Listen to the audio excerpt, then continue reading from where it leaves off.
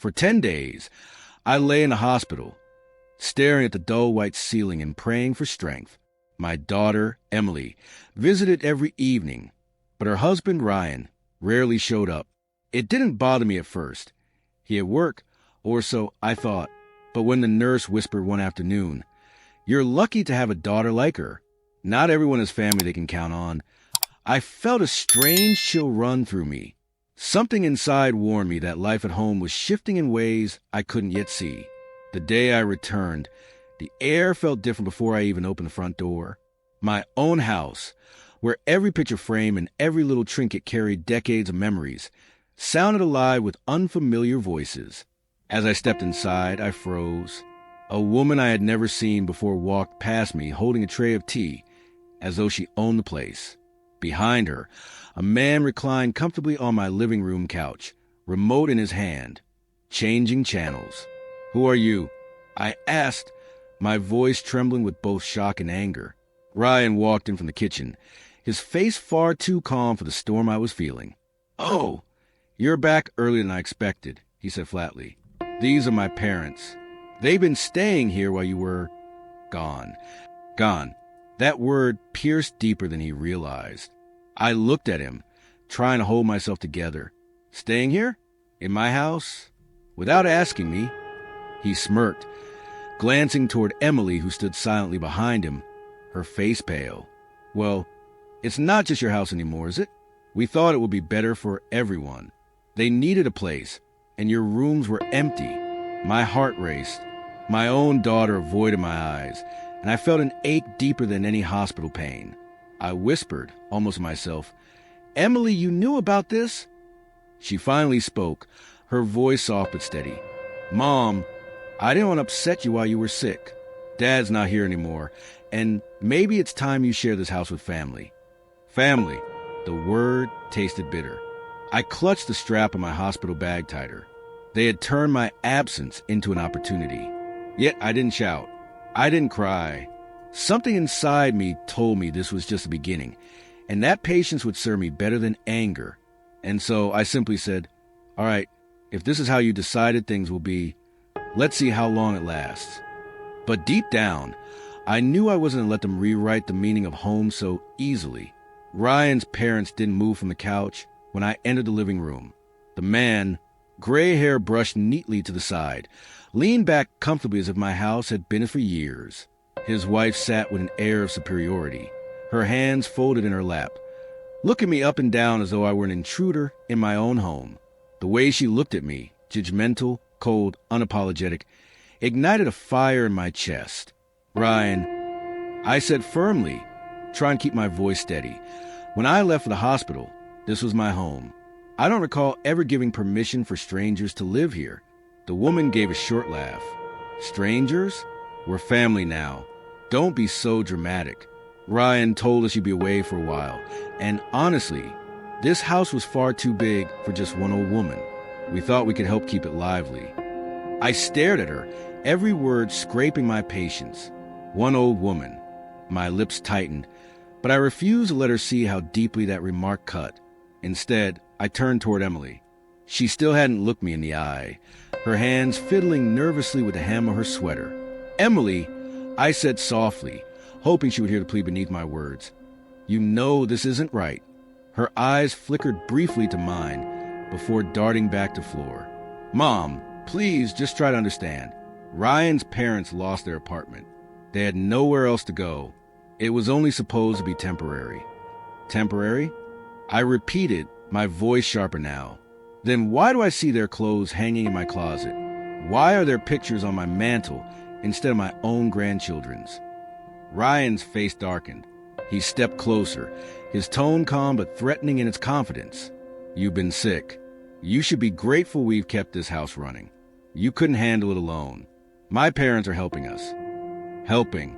That word nearly made me laugh. Helping themselves to my food, my furniture, my memories. I felt like a stranger standing in a stage set that used to be my life. But I didn't fight them right then. Years of experience had taught me that anger spent too early was anger wasted. So I took a slow breath and simply said, "Fine, I'll unpack later." The silence that followed was thick. They didn't expect me to give in so easily. Ryan's mother raised an eyebrow, suspicious of my calmness, but said nothing. That night, I lay in my bed, or rather, what was left of it. The sheets smelled of perfume that wasn't mine. My pillows had been rearranged. Even my nightstand had been cleared of the small glass angel my late husband had given me years ago. Rage burned in me like acid, but along with it came clarity. I needed to be careful. If I wanted my home back, I couldn't let them see my hand too soon. The next few days were worse than I had imagined. Ryan's father commandeered the living room television, watching late into the night. His mother moved my china out of the cabinets and replaced it with her own cheap dishes. She criticized the way I folded towels, the way I cooked, even the way I breathed. Ryan backed her every time. And Emily, she remained silent, her guilt flickering only in the rare moments our eyes met. One afternoon, I overheard them in the kitchen. "She's weaker than I thought," Ryan's mother whispered. "She won't fight back," Ryan added with quiet certainty. "Good," his father said. "The sooner she understands her place, the better." I pressed my hand against the wall to steady myself. Every word cutting deeper. They thought I was weak. They thought I had no fight left in me. If only they knew the fire that was building. But then, a twist came that I hadn't seen coming. 2 days after my return, I went to fetch something from the storage room in the basement. When I opened the door, I nearly tripped over boxes stacked high, labeled in Ryan's handwriting. Curious, I lifted the lid on one of them. Inside were my belongings, photo albums, important papers, even jewelry boxes, all thrown in carelessly. My heart pounded as I opened another. More of my things. They had been quietly moving my life into storage, as though preparing to erase me entirely. I sank onto the cold basement step, my hands shaking. This wasn't just about sharing space. This was about taking over. When I confronted Ryan that evening, he didn't even bother denying it. "We're just reorganizing," he said with a shrug. "You've got too much stuff lying around. We need to make the house more functional." By throwing my life into boxes, I shot back. Ryan leaned in, his voice low and deliberate. "Listen, Margaret, you've had a good run in this house, but nothing lasts forever. It's time for new management. You can either adapt or make things harder for yourself." Emily gasped quietly, her hand covering her mouth.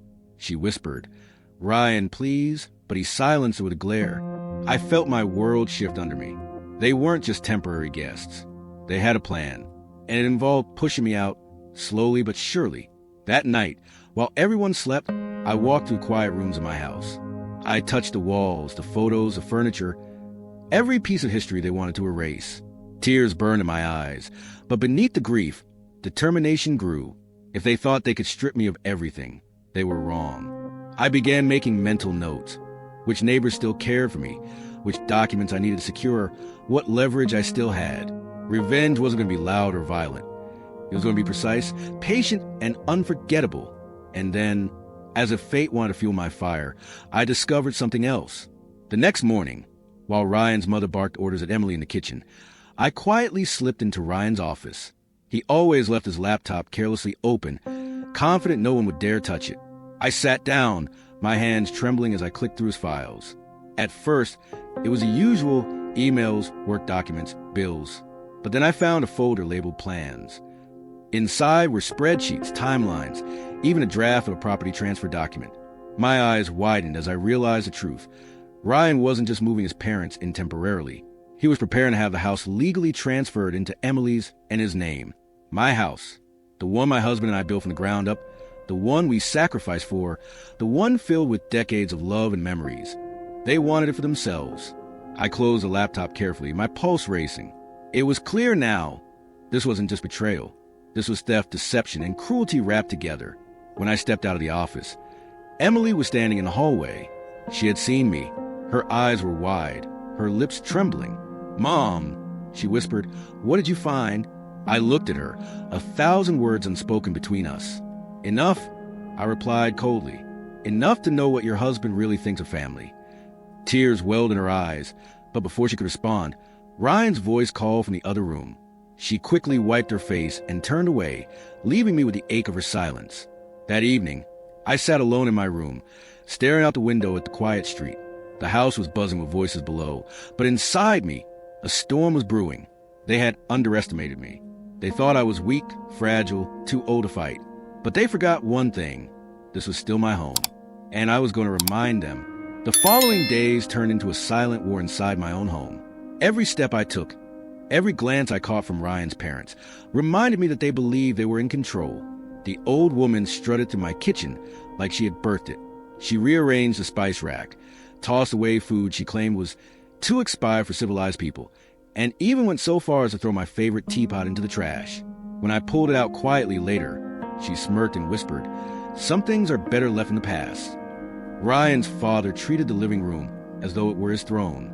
His shoes remained propped on my coffee table, his laugh echoing through the walls as he drank beer and flipped through sports channels. Every night, the clinking of his glass echoed upstairs until well past midnight. I lay awake, listening to the careless noise, clutching the blanket that still smelled faintly of hospital disinfectant, wondering how long they thought they could keep me subdued. Emily avoided me the most. It was as if she were torn between two lives, her loyalty to me, her mother, and her loyalty to her husband, the man she had chosen. Sometimes she would peek into my room, her lips pressed together as if she wanted to speak, but she always retreated before any words escaped. The shame in her eyes was enough to tell me she knew how wrong this was, yet she lacked the courage to resist Ryan. One evening, as I sat quietly by the window pretending to knit, I overheard Ryan and his mother whispering in the kitchen. I stilled my hands and leaned closer to the open crack of the door. "She's too calm," his mother said. "I expected more fight. It makes me nervous." Ryan chuckled. "Calm means she's given up. She knows her place now." "No," his mother hissed. "Women like her don't give up easily. Trust me, I've seen it before. They wait, they watch, then they strike when you least expect it." I nearly smiled in the shadows. She wasn't entirely wrong. But Ryan didn't share her caution. By the time she realizes what's happening, the paperwork will be signed. The house will be ours. Emily will finally stop worrying about her mother's approval. And you too can have a proper place to live without bouncing from rental to rental. It's all coming together.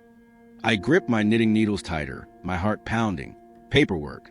They weren't even trying to hide it now. The next morning, Ryan handed Emily a stack of papers as they sat at the dining table. His father sipped coffee. His mother watched smugly. "Just sign here," Ryan said smoothly, sliding a pen into Emily's hand. "This will make everything easier for everyone. It's just formality. Don't overthink it." Emily's hand trembled. She looked at the paper, then at me. Our eyes met across the room. I didn't speak, but I held her gaze long enough for her to understand. "Don't." Her breath hitched, and she set the pen down. I need more time, Ryan." Ryan's jaw tightened. "Time? For what? You know this is what's best." Emily glanced at me again before whispering, "I just need to think." Ryan slammed the papers onto the table, muttering under his breath, "Always needing to think, always needing permission." That night, while the house slept, I slipped back into the basement. I opened the boxes again, this time carefully digging through every corner. I found not only my belongings, but also documents Ryan had shoved aside carelessly. Bank statements, debt letters, notices. My eyes widened. Ryan wasn't as stable as he pretended. He was drowning in debt. That's why he wanted my house. It wasn't about family. It was about survival for him and his freeloading parents. Suddenly, the picture became clearer. They weren't just stealing from me. They were desperate. And desperation makes people sloppy. The next day, I decided to plant my first seed. Over breakfast, I casually mentioned, I've been thinking of inviting my friend Carol over. She's a lawyer. I want her to look over a few things for me." The room fell silent. Ryan froze mid-bite. His mother nearly dropped her spoon. His father coughed loudly into his coffee. Emily's eyes darted between us, sensing the tension. "A lawyer?" Ryan asked carefully, his voice low. "Yes," I said with the sweetest smile. "After all, when you've lived as long as I have, it's always wise to have someone you trust look over your papers. You never know when you'll need protection." Ryan's eyes darkened, but he forced a laugh. "That's unnecessary, Margaret. No one here is trying to hurt you." I tilted my head. "Oh, I didn't say anyone was. But it doesn't hurt to be prepared." Ryan's mother muttered, "Paranoid old woman," under her breath, but I pretended not to hear. Later that afternoon, I called Carol. She wasn't just a lawyer. She was also an old friend from church. We hadn't spoken in a while, but when I explained the situation vaguely, her voice turned serious. "Don't sign anything, Margaret. Don't let them bully you. I'll come by tomorrow." I felt lighter for the first time since returning from the hospital, but as I hung up the phone, I noticed Ryan standing at the top of the stairs, watching me. His face was blank, unreadable, but his silence carried a weight that made my skin crawl. That night, my door creaked open slightly while I pretended to sleep. I heard whispers, Ryan's mother urging him to act quickly, Ryan insisting to wait for the right moment. My heart pounded, but I remained still, letting them think I was unaware. The following morning, Carol arrived. She wore a sharp suit and carried a thick briefcase. The moment she stepped through the door, Ryan's parents stiffened. Ryan plastered on a fake smile. "Ah, Margaret's friend," he said smoothly. "We were just talking about you." Carol gave him a curt nod before turning to me. "Let's go somewhere private, shall we?"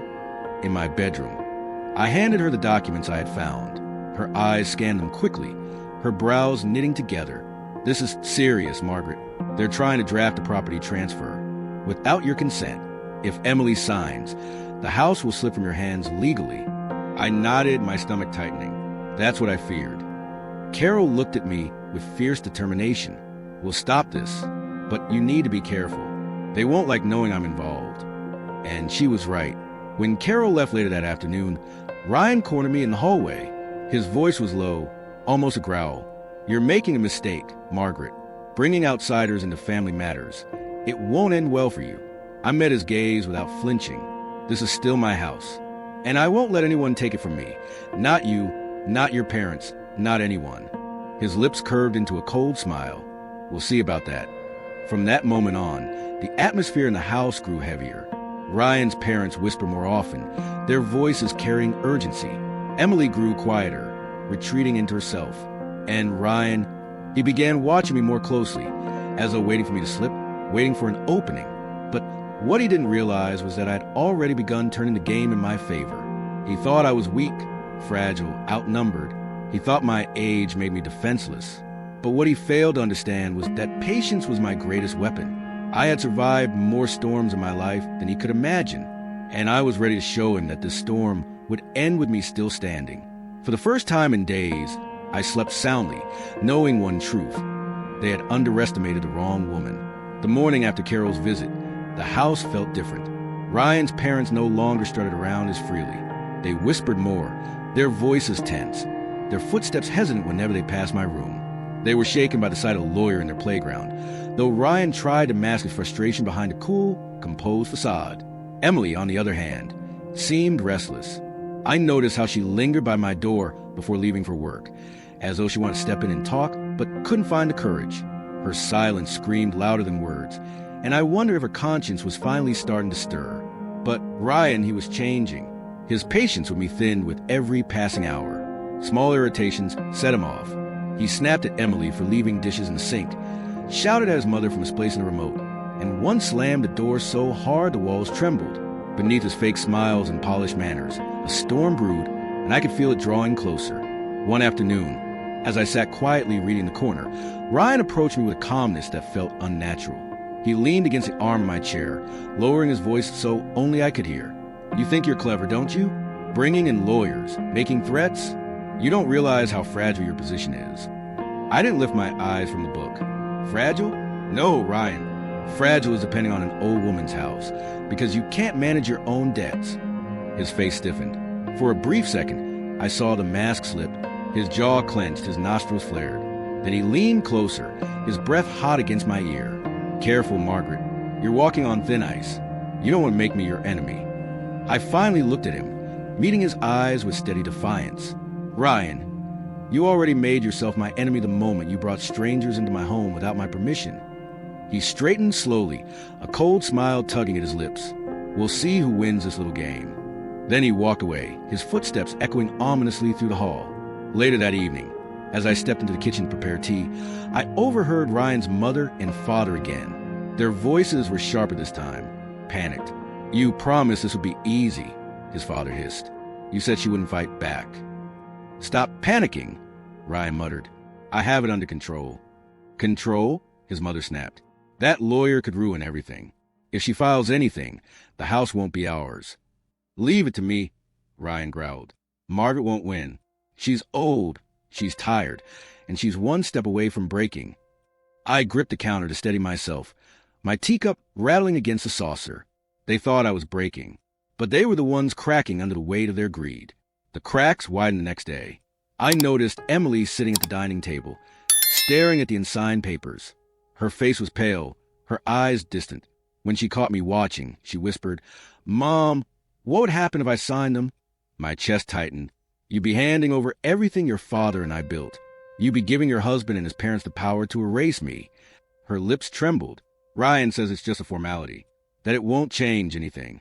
"Emily," I said firmly, "listen to me. That paper is not a formality. It's a weapon, and once you sign it, you can't take it back." Tears welled in her eyes. "I don't know what to do anymore. I feel trapped." I reached across the table, taking her hand. "Then it's time you open your eyes and see who's really trapping you." Before she could respond, Ryan entered the room. He glanced at our joined hands, his smile sharp. "What's going on here? A mother-daughter bonding session? How sweet." Emily pulled her hand away quickly, her cheeks flushed. Ryan dropped the stack of papers in front of her again. "It's time, Emily. Sign it. We can't drag this out forever." Emily looked at me with desperation, then at Ryan. She whispered, "Not today." Ryan's smile faltered, but he said nothing. Instead, he gathered the papers and stormed off, his footsteps heavy. That night, the house felt heavier than ever. As I lay awake, I heard muffled voices coming from Ryan and Emily's room. His tone was sharp, hers shaky. Through the thin walls, I caught fragments. "You embarrass me in front of her. She's my mother. She's manipulating you. Don't you see? She'll poison you against me. I just need more time." The argument ended with a door slamming, followed by silence. My heart ached for Emily, but I also knew that cracks in their marriage could work to my advantage. The next morning, I decided to test Ryan's composure further. Over breakfast, I casually announced, "Carol's coming again next week. She's preparing documents of her own for me. It's comforting to know someone has my best interests at heart." Ryan's spoon froze midair. His parents exchanged worried glances. Emily stared down at her plate. "Documents?" Ryan asked slowly. I smiled sweetly. "Yes. She insists I make everything legal and clear, so there are no misunderstandings. You know how lawyers are." His jaw twitched, but he said nothing. The silence that followed was more satisfying than any argument could have been. Later that day, when I went for a short walk to clear my mind, I noticed Mrs. Parker, my neighbor, tending to her roses. She looked up, her face softening when she saw me. "Margaret, you're back. I was worried about you." I hesitated, then asked quietly, "Have you noticed anything unusual around my house lately?" Her eyes darkened. "Oh, plenty. New people going in and out. Furniture moved around. And the other night, I saw a truck parked out front. Looked like they were loading boxes." My stomach dropped. They weren't just boxing my belongings. They were preparing to move things out. I thanked her quickly and hurried back inside, my mind racing. This was bigger than I thought. They weren't waiting for Emily's signature. They were already laying the groundwork to erase me. That evening, I went into the basement once again. But this time, I noticed something new. One of the boxes I'd opened before was gone. Panic surged through me. They were moving things faster now. Probably try to clear any evidence before Carol got too involved. I closed my eyes, breathing deeply. If they wanted war, I would give them war, but on my terms. Later that night, as I returned to my room, I passed Emily in the hallway. Her eyes were red from crying. She whispered so softly I almost missed it. "Mom, I'm scared." I touched her arm gently. "Don't be scared, sweetheart. Just be strong. They think I'm weak, but they're wrong. And you'll see that soon." She nodded faintly, then slipped back into her room. That night, as the house fell into uneasy silence, I stared out the window once again. The moonlight spilled across the lawn, and I realized something important. Ryan thought he was playing chess, moving pieces carefully, planning several steps ahead. But he had overlooked one thing. He wasn't the only one who knew how to play, and this game had only just begun. The morning sun streamed to the curtains, yet the house felt colder than ever. I could sense the tension the moment I walked downstairs. Ryan's father sat silently with his coffee, staring at the newspaper but not turning a single page. His mother moved briskly through the kitchen, slamming cabinet doors a little harder than necessary. Emily looked exhausted, her eyes swollen from another sleepless night. And Ryan sat with his arms folded, his jaw clenched, his gaze fixed on me the moment I entered. "Good morning," I said, my voice steady. No one responded. Only Emily gave me a fleeting, weary glance before looking down at her plate. I poured myself tea and sat at the head of the table, the place that had always been mine. Ryan's mother cleared her throat sharply. "We usually sit there," she said. I raised an eyebrow. "Not anymore." I sipped my tea slowly, savoring the taste of her discomfort. Ryan's father muttered something under his breath, but Ryan lifted a hand, silencing them. His eyes never left mine. For a long moment, we stared at each other across the table, the air thick with unspoken challenge. Finally, he smiled faintly. "I hope you enjoyed your little chat with a neighbor yesterday." My heart skipped. He knew. "I don't know what you mean," I replied calmly, though my mind raced. "Mrs. Parker," he said casually, almost mockingly. "She's quite the talker, isn't she? Always watching, always gossiping. I'd be careful what you tell her. You wouldn't want her to get the wrong idea about what's happening here." I set my cup down slowly. Maybe it's not the wrong idea. Maybe it's the truth. His smile faded slightly, but before he could respond, Emily suddenly stood up. "I'm going to work." Her voice shook. She grabbed her bag and rushed out, leaving the rest of us in silence. That day, while the others busied themselves, I took small steps to regain control.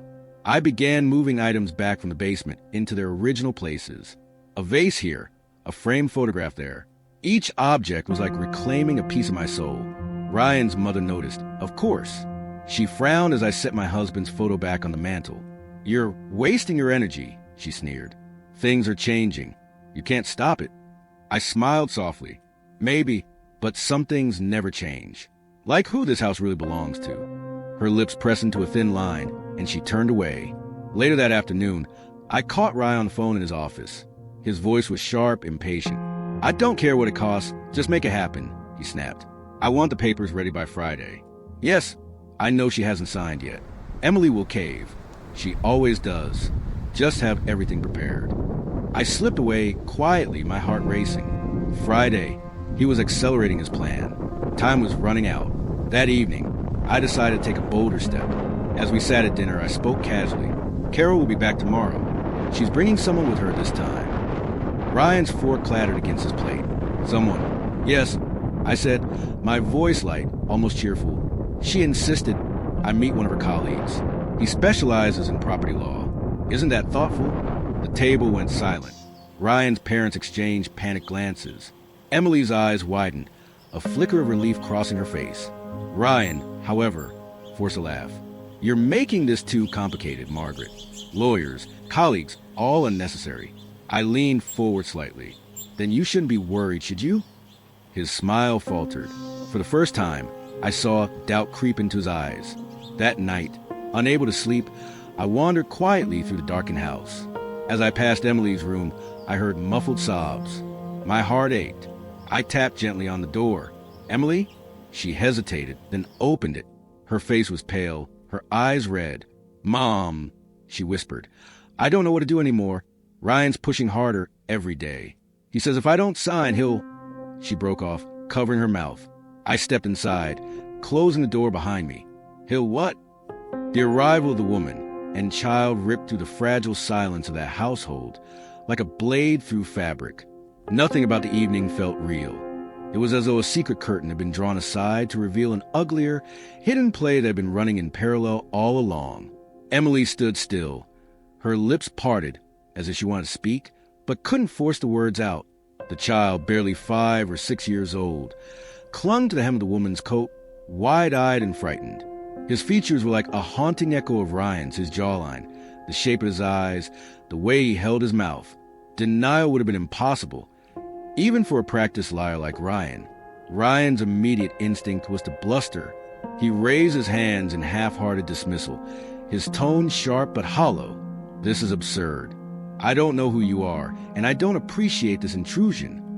But the tremor in his voice betrayed him, and the woman's bitter laughter sliced through his performance. "You don't know me?" she said, her words dripping with venom. "Ryan, you made promises. You left me with nothing but debts and shame, while you slithered away to build another life. And now you pretend." She tightened her grip on her child's hand and glared at him. He deserves better than a ghost for a father. The room seemed to tilt under the weight of the revelation. Emily's eyes darted between the woman, the child, and Ryan. When she finally spoke, her voice was a mixture of heartbreak and rage. "Tell me it isn't true, Ryan. Tell me this isn't your child." Ryan said nothing. His silence confirmed everything more powerfully than words could. He shifted his gaze, unable to meet Emily's eyes, unable to look at the boy who mirrored his face so painfully. Emily's hand shot to her mouth, stifling a sob. She stumbled back against the wall, her world collapsing in pieces around her. What remained of her love for Ryan, already weakened by his lies and debts, cracked apart completely in that instant.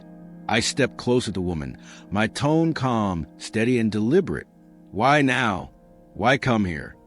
She met my eyes with a steely expression. "Because his creditors found me.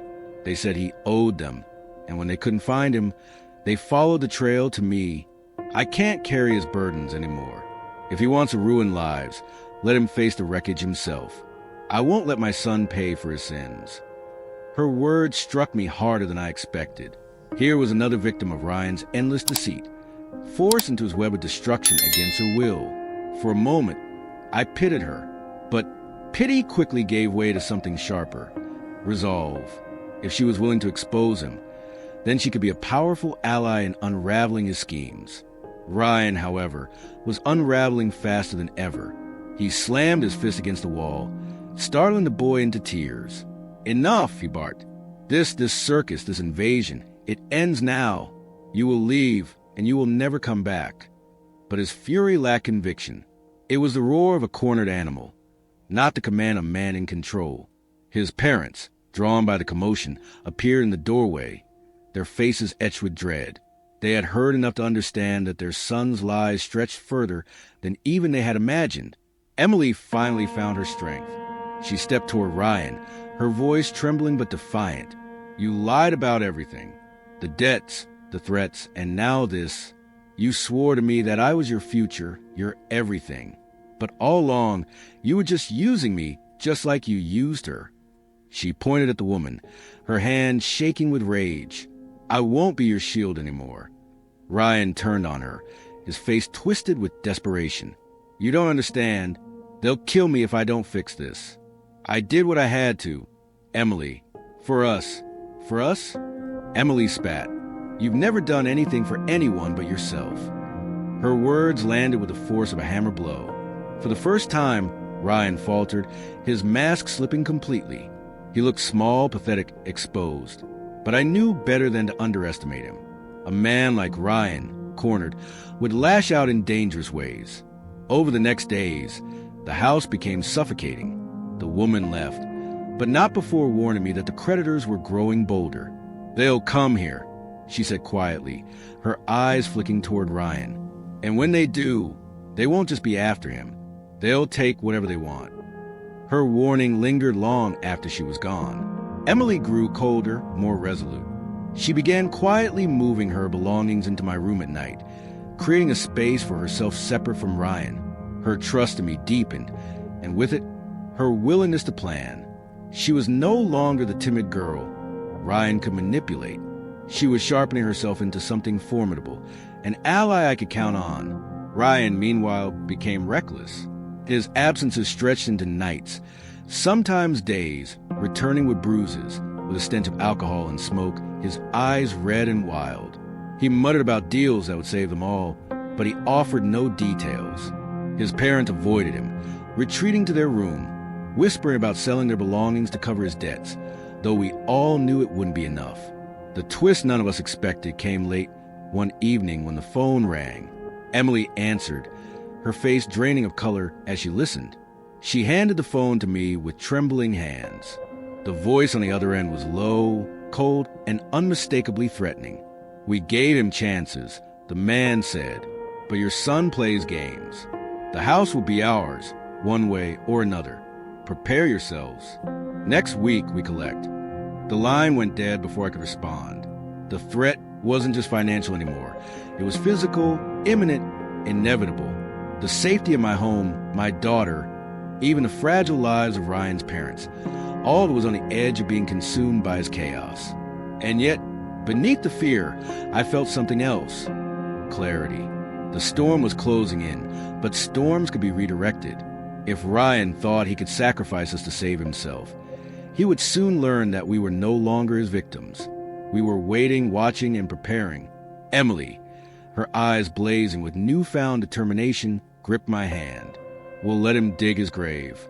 But when the time comes, Mother will be the ones holding the shovel. The words sent a chill through me, not of fear but of recognition. My daughter had crossed the threshold. She was no longer afraid of Ryan. She was ready to fight him, to destroy him if necessary. And Ryan? He was too blinded by his own panic to realize that the women he thought he controlled had already begun plotting his downfall. The creditors might come for the house, but when they did, they'd find Ryan standing alone, stripped of every shield he had ever hidden behind. The pieces were moving, the tension coiling tighter. Ryan thought he was a player of the game, but he was becoming the pawn. And as the weeks stretched toward its grim deadline, the question wasn't if he would fall. It was how hard, and how many truths would come crashing down with him. The very next day, the atmosphere in the house shifted again. Ryan's parents were restless, whispering to each other in corners, throwing anxious glances at the front door as if expecting it to be kicked down at any moment. Emily stayed even closer to me, and though she said little, I saw the clarity dawning in her eyes. She finally understood Ryan wasn't her savior, he was her doom.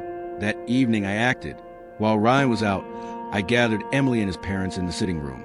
The silence was heavy, their faces pale with fear. Listen carefully. I began. This house is not going anywhere. I've secured everything legally. Ryan has no power here. But his debts, his choices, they are a danger to all of us. If we don't act now, we'll all be dragged into his downfall. Ryan's mother wrung her hands nervously. What are you suggesting? I'm suggesting we turn his desperation against him. I said firmly, we don't need to fight him directly. We let him collapse under the weight of his own lies. But when he does, we need to be ready to protect this house and ourselves. For the first time, Emily spoke, her voice stronger than I expected. I'll help, she said.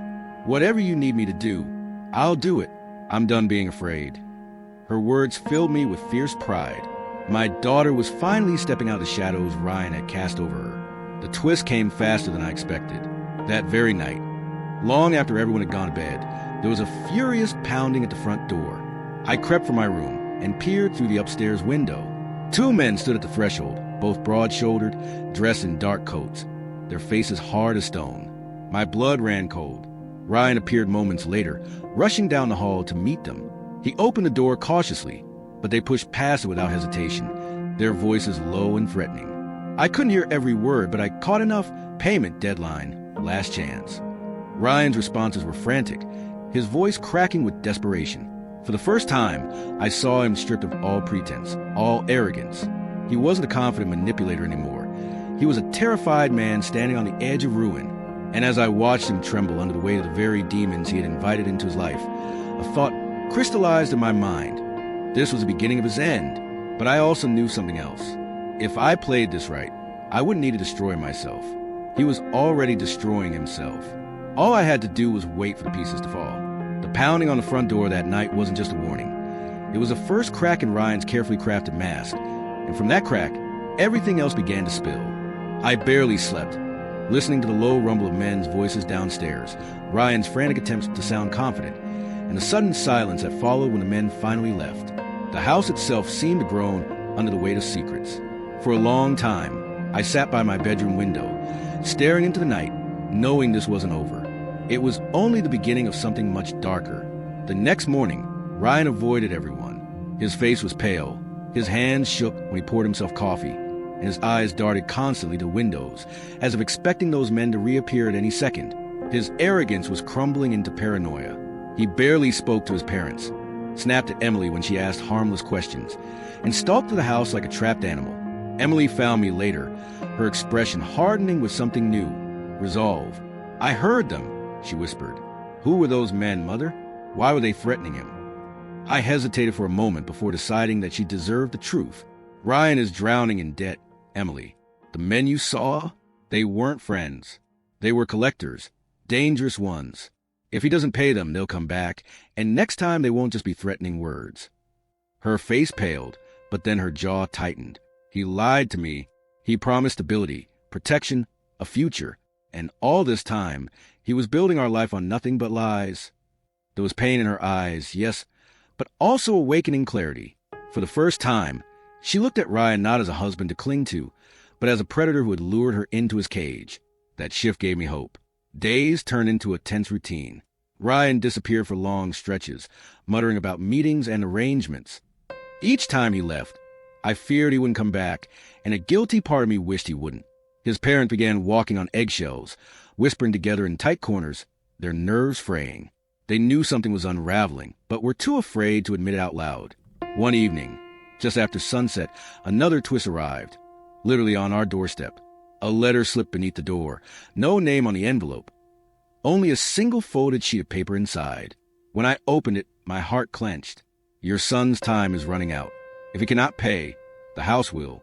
One way or another, we will collect.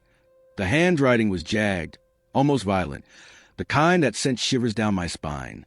I showed it to Emily in secret. Her hands trembled as she held the note. But when she looked up, her fear had hardened into something stronger.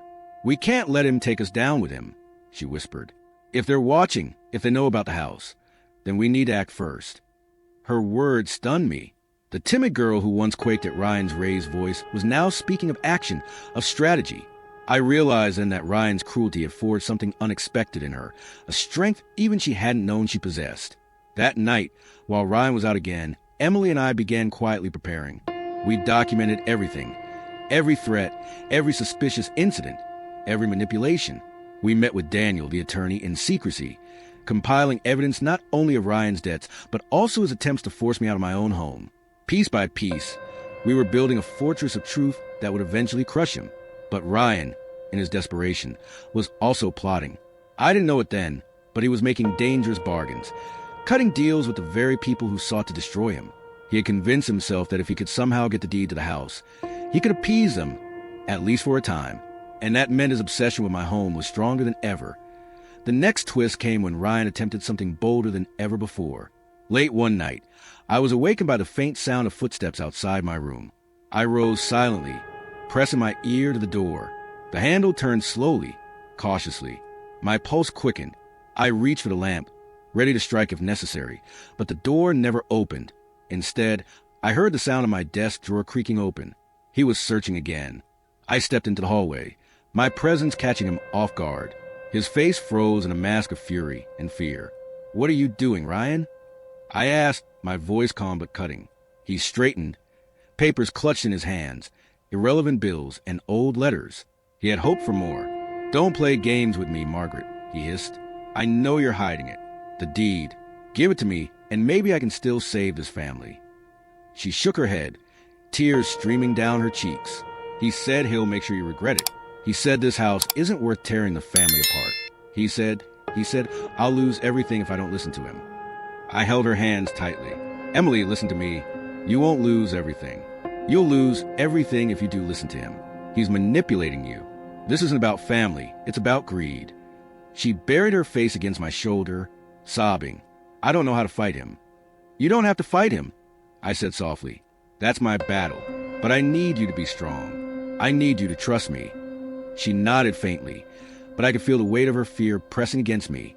The next day, something unexpected happened. As I returned from a short walk, I found Ryan's mother in my room, rifling through my drawers. "What are you doing?" I demanded. She jumped, her face flushed. "I was just checking something." "Checking what?" I snapped. Her eyes darted nervously. "Ryan asked me to look for some papers." "Don't get so defensive." I stepped closer, my voice low. "If I ever catch you in my room again, you'll regret it." For the first time, I saw a flicker of fear in her eyes. She muttered something under her breath and brushed past me. That evening, Carol returned as promised, this time with a man named Daniel, a tall, stern-faced attorney who wasted no time. He sat at the dining table, spreading out documents. Ryan and his parents hovered nearby, their faces pale. "Mrs. Turner," Daniel said, addressing me formally, "I've reviewed your situation. Legally, no transfer can occur without your explicit consent. Any attempt to move your property, Without it is fraud. Do you understand? I nodded, glancing at Ryan. His face was expressionless, but his clenched fists gave him away. Daniel continued, I recommend you secure your most important documents immediately. Keep them somewhere safe, outside this house if possible. And do not, under any circumstances, sign anything. Ryan finally spoke, his voice icy. This is ridiculous. We're family. Why bring outsiders into this? Daniel looked him squarely in the eye. Because outsiders protect people from being taken advantage of, and I will not hesitate to act if I see signs of coercion here. Ryan's jaw tightened, but he said nothing. His parents shifted uncomfortably, clearly rattled. After they left, Ryan cornered me in the hallway once more. His voice was low, dangerous. You're making a mistake, Margaret. You think your little lawyers can save you? They can't. This house will be mine, one way or another. I met his gaze calmly. We'll see. That night, as I lay in bed, I realized something crucial. Ryan wasn't just greedy. He was desperate. His debts, his parents, his crumbling marriage, everything was pressing down on him. And desperate men make reckless choices, which meant his downfall might come sooner than he thought. And all I had to do was wait. The next few days unfolded like a storm slowly gathering strength on the horizon. Silent, almost invisible at first, but impossible to ignore once its winds began to rattle the windows. Ryan became more erratic than ever. His confident smirk, the one he had carried like armor, was slipping piece by piece. He stayed up late into the night pacing the corridors, whispering furiously on his phone and scribbling numbers on scrap papers that he burned in the fireplace as soon as he was finished. His eyes were darker now, restless, and even his own parents began exchanging nervous glances whenever he entered the room. Emily avoided him whenever possible. She clung to me quietly, like a child seeking shelter during a thunderstorm. I noticed how she jumped whenever Ryan raised his voice, how her hands trembled as she washed the dishes, and how she lingered near me at night, as if afraid to be alone. She hadn't yet found the courage to stand up to him, but she was beginning to see him for what he truly was. That shift alone gave me strength. But Ryan wasn't a man to back down easily. His desperation had sharpened into something far more dangerous. Obsession. He began trying new tactics, some subtle, others openly cruel. One afternoon, I discovered that the locks on my desk drawers had been tampered with. My late husband's papers, carefully preserved, had been shuffled, as though someone had been looking for a particular document. The violation sent a chill through me. I knew it had been Ryan. He was searching for the title deed, the one paper that could stand between him and the house he so desperately wanted. I decided then that I had to move more carefully. Daniel, the attorney Carol had introduced me to, was already working discreetly in the background. He advised me to relocate every valuable document to a safety deposit box at the bank. I followed his instructions to the letter. The next morning, I slipped the documents into my handbag and left early, pretending I was going to the market. By the time I returned, the deed and every other important file were locked safely away, far beyond Ryan's reach. That evening, Ryan cornered me again. His voice was dangerously calm this time, which somehow unsettled me even more than his usual outbursts. You're playing a dangerous game, Margaret, he said, leaning against the wall just outside the kitchen. His eyes glittered with an intensity that bordered on madness. I know you've moved something. Don't think I won't find out where. I met his gaze steadily, refusing to flinch. Search all you want, I said softly. You won't find what you're looking for. His smile twisted into something sharp. You think you're clever, but everyone makes mistakes. And when you do, I'll be waiting. I walked past him without another word, though my heart pounded in my chest. His words weren't idle threats. Ryan was unraveling, and the tighter I held onto my house, the further he would spiral. The twist came 2 nights later. Carol returned, her face pale, carrying whispers of something I both hoped for and feared. Margaret, she said quietly when we were alone, I've heard things. Ryan's in serious debt, not just a little. He owes money to dangerous people, people who won't wait forever. The revelation struck me like a thunderclap. Suddenly, his desperation, his erratic behavior, his furious urgency, it all made sense. This wasn't just about greed or pride. It was survival.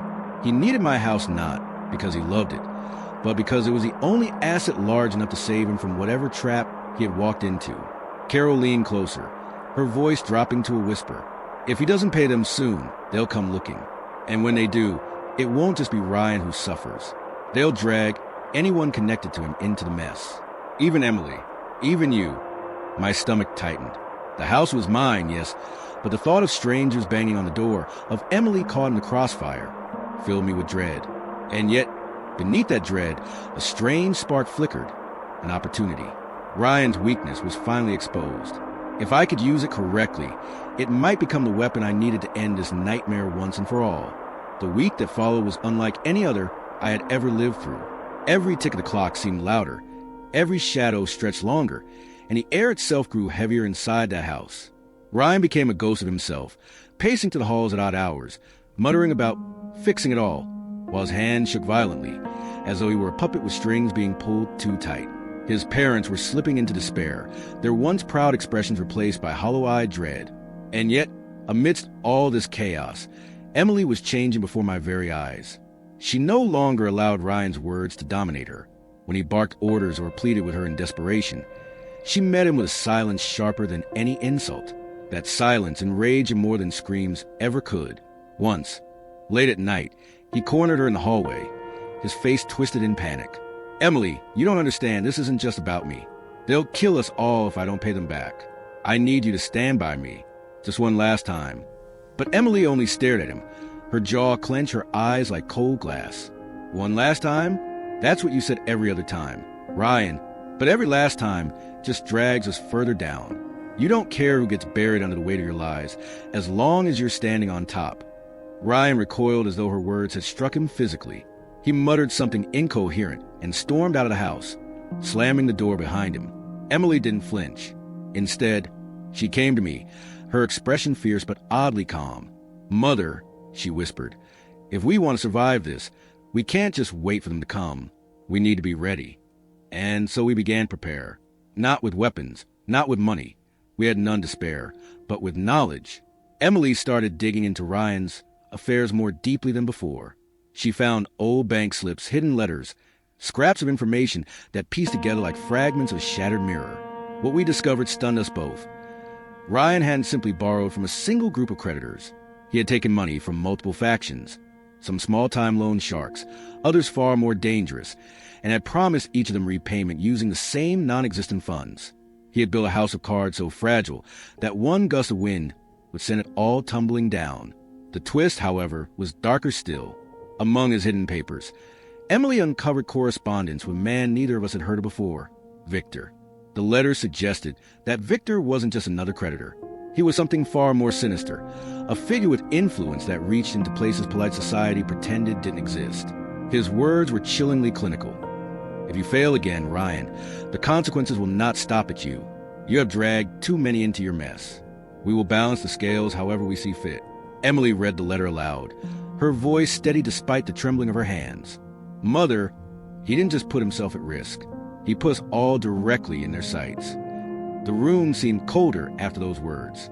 I imagined faceless men in dark suits, calculating, ruthless, deciding our fate over a glass of whiskey as casually as if they were playing cards. And Ryan? He was out there somewhere, still pretending he could outwit people who thrived on others' destruction. 2 nights later, the first strike came. It wasn't a violent intrusion, at least not yet. Instead, a black car appeared across the street, its engine running, but its windows tinted so dark they looked like mirrors. It sat there for hours, unmoving, a silent predator watching its prey. Ryan's parents noticed it first.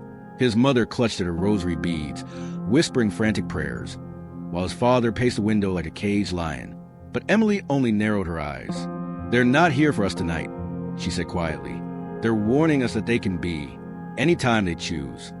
Ryan stumbled home the following morning, his clothes rumpled, his face haggard. He tried to bluff, claiming he had a new deal lined up, that everything was under control. But even his parents didn't believe him anymore. His mother burst into tears, begging him to tell the truth, to stop hiding behind empty promises. Ryan snapped at her, screaming that she didn't understand that none of us did. It was Emily who broke the shouting match with a single sentence. "We spoke to her." Ryan froze. His head whipped toward her, his eyes wide. "What did you say?" "We spoke to the woman you abandoned," Emily continued, her tone calm, calculated. "She told us everything. About the child, about the debts, about how you left her with nothing. You're not just a liar, Ryan, you're a coward. You've been running from your own shadow for years."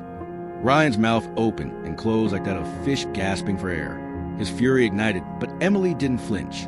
For the first time, he realized his hold over her was broken. Completely. Utterly. Later that night, when the house was quiet, Emily confided in me. "Mother, I'm done being a victim. But if we're going to survive this, we need to play smarter than him. We need to let him destroy himself while we stand ready to strike when the moment comes." Her words frightened me, not because of the danger, but because of the cold fire in her tone. My daughter, once gentle and trusting, had transformed into something far more dangerous. A woman who understood the cost of betrayal and was ready to exact her own price. The days crept closer to the deadline the creditors had given. The black car returned more frequently, sometimes with two men standing beside it, smoking in silence, their eyes never leaving the house. Once, one of them raised a hand and gave a slow, deliberate wave toward the window where Emily stood. She didn't flinch. She lifted her chin, stared back, and closed the curtain. But the real twist came when Ryan, in his desperation, tried one last trick. He arranged a meeting inside the house with two strangers he claimed were his partners.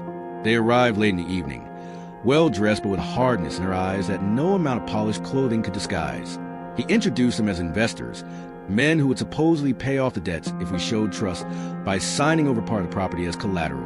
Emily and I exchanged a single glance. We knew instantly this was no investment.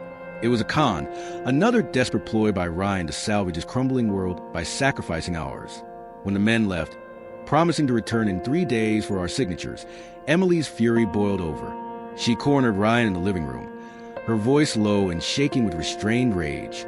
"Do you think we're fools? Do you think I'll let you sell the roof over my mother's head just to buy yourself another week of breathing?" Ryan's mask finally cracked. His voice turned wild, manic. "You don't understand. This is life or death. If I can't give them something, they'll kill me." Emily stepped closer, her eyes blazing. "Then let them. Because I swear, Ryan, the next time you try to drag us down with you, I won't just stand in your way. I'll be the one to end it." The room fell into a tense silence. His parents stared in horror at the daughter-in-law they had once underestimated, and Ryan, for the first time, he looked genuinely afraid of her. But what none of us realized then was that the storm was already at the door. The creditors weren't waiting for signatures or promises. They had set the date, and they intended to collect. The night before their deadline, the black car didn't leave. It sat outside in silence, headlights glowing like watchful eyes. The men inside didn't move, didn't smoke, didn't blink. They were waiting. And inside the house, we waited too. Emily and I side by side, Ryan pacing like a trapped animal, his parents clutching each other in prayer. The air was heavy with inevitability. Yet beneath that tension, a plan was forming, one Emily hadn't fully shared with me yet. She leaned close, her whisper almost inaudible. "Mother, tomorrow everything changes. We won't just endure, we'll strike back. And when we do, Ryan won't see it coming." Her words sent a chill racing down my spine. The storm hadn't broken yet, but the thunder was rolling closer. And Emily, my daughter, hardened by betrayal, was ready to wield the lightning. The night dragged on like a slow-burning wick, every tick of the clock echoing louder than the last. The black car never moved. It sat there across the street like a sentinel of doom, its tinted windows gleaming faintly under the streetlight. From where we sat in the living room, the glow of its headlights seeped into the curtains like watchful eyes, unblinking and patient. Ryan was restless, pacing back and forth with his hair disheveled and his shirt hanging half untucked, muttering to himself words no one else could make sense of. His parents clung to one another in a corner, silent prayers spilling from trembling lips. And Emily, she stood near the window, not peeking to the curtain like the others, but staring at the fabric itself, her posture stiff, her hands folded calmly in front of her. She wasn't afraid anymore. Something inside her had hardened to stone. As midnight struck, there was a sudden knock at the door, not loud, not aggressive, but sharp and deliberate, the kind of knock that carried authority. Ryan jumped as though struck by a bolt of lightning, his face draining of color. He looked at us, then at the door, then back again, his lips parting in panic. Nobody moved. The knock came again, louder this time, followed by a deep, calm voice. "Ryan, we know you're in there. Open the door." His mother gasped, clutching his arm. "Don't," she whispered. "Please don't open it." But Ryan's face twisted with desperation. He shook her off violently and staggered toward the door, whispering, If I don't face them now, they'll break it down. Better I talk first. Emily's voice cut through the tension like a blade. If you open that door, Ryan, you're not just dragging yourself into this. You're dragging all of us with you. For a moment, Ryan froze. His hand hovered above the lock, trembling. His jaw clenched, and his eyes darted around the room like a cornered animal searching for escape. Then, with a sudden burst of false courage, he threw the door open. 3 men stepped inside without asking permission. The first was tall, broad-shouldered, with a scar running from his temple to his jaw. His eyes were cold, predatory, and full of calculation. The second was shorter but stockier, carrying himself with the stillness of someone used to violence. The third, who entered last, was dressed differently. Not in black like the others, but in a tailored gray suit, his hair slicked back, his expression composed. He carried himself with the calm confidence of a man who had no need to shout or show strength, because his power was already absolute. "Ryan," the man in the suit said softly, almost pleasantly, "you've kept us waiting." Ryan's knees nearly buckled. "Victor? I was going to call. I have something lined up. Just give me." Victor raised a hand, silencing him instantly. The room was so quiet, I could hear Ryan's mother's shallow breathing. "Do not insult me with more time," Victor said, his tone still calm but chilling in its finality. "You've had time. You've squandered it. And now the debt must be paid." Ryan stammered, his words tumbling out in fragments. "I can get it. I swear. Just one more deal, one more." Victor's gaze shifted, moving past Ryan and settling on Emily. He studied her in silence for a long moment, his expression unreadable. Then, slowly, a faint smile tugged at the corner of his lips. "Ah," he murmured. "So this is the wife, the one with fire in her eyes." Emily didn't flinch. She stepped forward, her voice low but firm. "You've been circling us for days. What do you want from me?" Victor tilted his head, amused. "I admire courage, especially from someone standing in the ruins of another man's lies. What I want is simple, what was promised. Ryan's debt is not just his. It is bound to everything he has touched, every person he has dragged into his games. You all live under his shadow, and therefore you all share his consequences." Ryan's father found his voice, hoarse and desperate. "Please, he's made mistakes, but don't punish us for them. We didn't know." Victor's eyes flicked toward him briefly, then back to Emily. "Ignorance does not absolve you. You benefited from his illusions while they lasted, and now you all pay." The scarred man stepped forward, pulling something from his coat pocket. For a split second, I thought it was a weapon, but instead it was a thick manila envelope. He tossed it onto the coffee table, and paper spilled out: contracts, property deeds, photographs, even bank statements that Emily and I had never seen before. Ryan's entire life, his lies and manipulations, laid bare in ink. Victor spoke again, his voice low, deliberate. "Sign over the property. Every asset you still cling to. It will not cover everything, but it will show good faith, perhaps enough to spare you the worst." Ryan lunged toward the papers, desperate to comply, but Emily moved faster. She snatched the envelope, her hand steady, and looked Victor directly in the eye. "And if we refuse?" she asked. The room grew heavier, as though the walls themselves were holding their breath. Victor leaned back slightly, his faint smile never leaving. Then I stopped being generous. Ryan's panic erupted into hysteria. He grabbed at Emily's arm, shouting, "Sign it! Just sign it! Damn you! Don't make this worse!"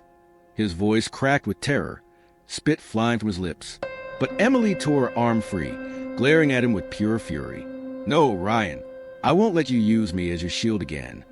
The words hung in the air, sharp and final. Victor's smile widened slightly, as though he had been waiting for this exact moment. "Interesting," he murmured. The fire grows brighter. And then, in a twist none of us expected, Victor turned to Ryan and said coldly, "Do you know why I came in person? Not for your debt. Your debt is small compared to others. I came because of the betrayal." Ryan's face went pale. "Be betrayal?"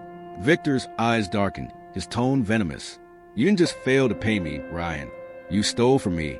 You took money meant to move through clean hands and dirted it with your pathetic schemes. You lied to my people, and worse, you thought you could hide it. That, Ryan, is not debt. That is treachery." The room froze. Even Ryan's parents gasped in horror. The scale of his crimes was greater than we had ever imagined. He hadn't just borrowed. He had double-crossed a man who clearly dealt in far darker matters. Emily whispered, just loud enough for me to hear, This is bigger than we thought. He hasn't just doomed himself, he's doomed all of us."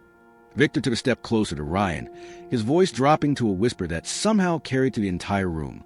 "You should already be dead. But I find myself curious. You have managed to surround yourself with people who still stand beside you, even as you drown them. Perhaps there is more value in seeing how far they will go before they break." He turned his gaze back to Emily. "So here's my offer. Not to Ryan, he is finished, but to you." Emily's body stiffened, but her eyes never wavered. "What offer?" Victor's smile returned, colder than before. "You can keep your life. You can even keep your mother's. But only if you prove to me that you are not like him, that you will cut the rope before you sink with the stone. Choose, Emily. Stand with Ryan and die in his ruin, or betray him and live." The room erupted into chaos. Ryan spun toward her, his face twisted in horror. "Emily, don't listen to him. He's trying to break us apart." His parents began to cry, begging Emily not to give in, begging Victor for mercy. I sat frozen, my heart pounding so violently I thought it might burst. But Emily was silent. Her eyes locked on Victor, then on Ryan, then back again. Her face was unreadable, carved from stone. And in that silence, a terrible truth dawned on me. Emily wasn't afraid of the choice. She was considering it. The silence after Victor's ultimatum stretched on endlessly, heavy and suffocating. Every breath in the room felt like a crime, every second like a verdict drawing closer. Ryan's pleas echoed in the air, but his words were hollow, desperate, crumbling under the weight of his own guilt. His eyes darted from Emily to Victor and back, the panic in them raw and unfiltered. He was cornered, exposed, and powerless. Emily stood unervingly still. Her gaze was sharp, unwavering, her posture stiff like a soldier deciding whether to march into battle or retreat into the shadows. The offer Victor had given her was simple, yet devastating. Betray Ryan and save herself, or stay loyal and be destroyed alongside him. But Emily wasn't just thinking about herself. She wasn't the type to bend to intimidation without calculating every angle, every consequence. Finally, she spoke. "If I betray him," she said slowly, her voice cutting through the silence, "how do I know you'll keep your word?" Victor's lips curved into a faint, cold smile. "Because, unlike your husband, I don't need a lie to prove my power. My word is iron. You prove your loyalty to me and you live. Refuse, and you'll discover just how far my reach extends." The scarred man at his side stepped closer, his presence menacing. Ryan tried to push himself in front of Emily as though to shield her, but Victor raised a single finger, and Ryan froze like an obedient dog. The control Victor wielded over him was terrifying. Emily's hand tightened at her side, her knuckles whitening, but she didn't falter. She turned to Ryan, her voice like acid. "Do you hear this? Do you see what you've done? You dragged me, my mother, everyone into this abyss, and now you expect me to drown quietly beside you." Ryan's face crumpled. "Emily, I know I messed up, but you're my wife. We said forever. You can't abandon me now." A bitter laugh escaped her lips, sharp and hollow. "Forever? You sold forever.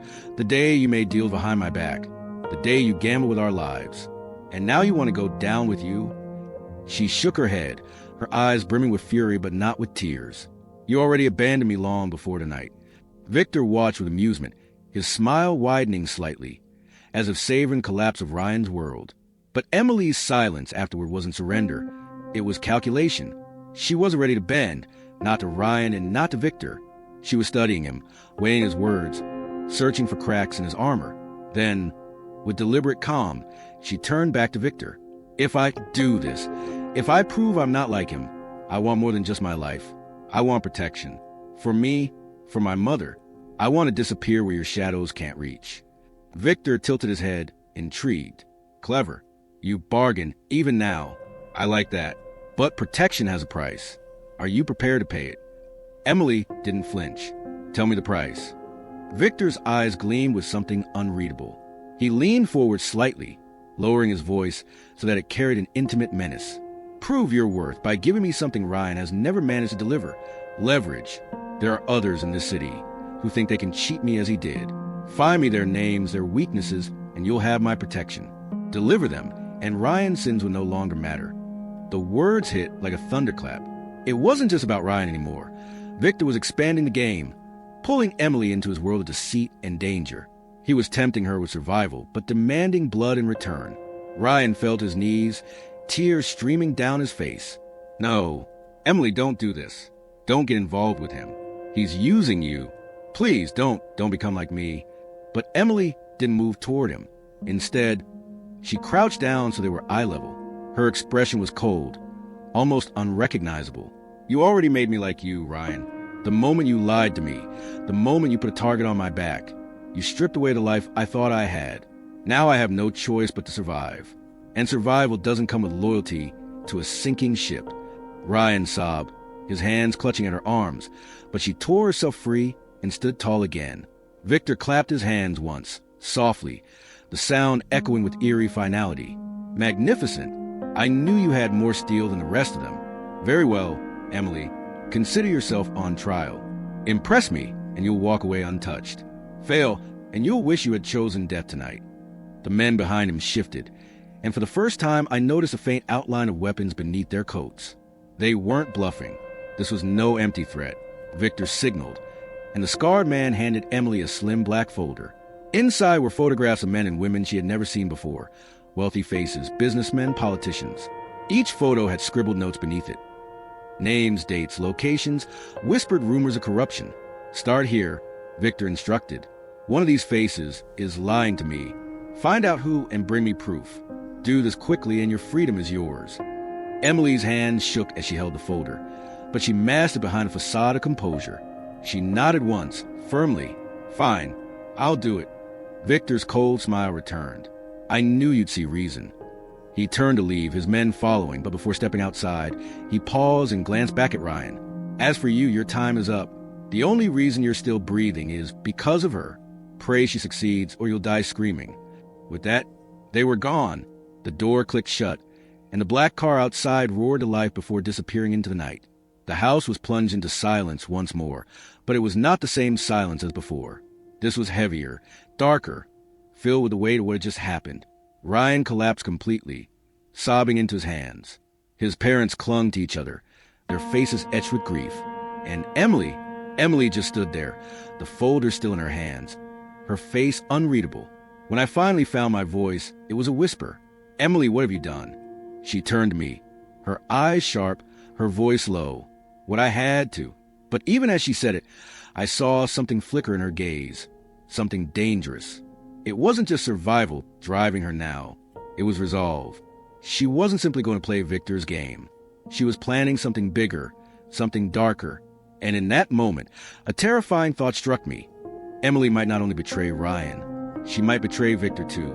Emily stood frozen, the black folder heavy in her hands, but her mind was no longer trapped in the room. They were racing through possibilities, schemes, betrayals. Ryan sobbed beside her, broken and useless, but she barely looked at him anymore. Her mother's trembling hand reached for her shoulder, but Emily didn't move. Something inside her had shifted.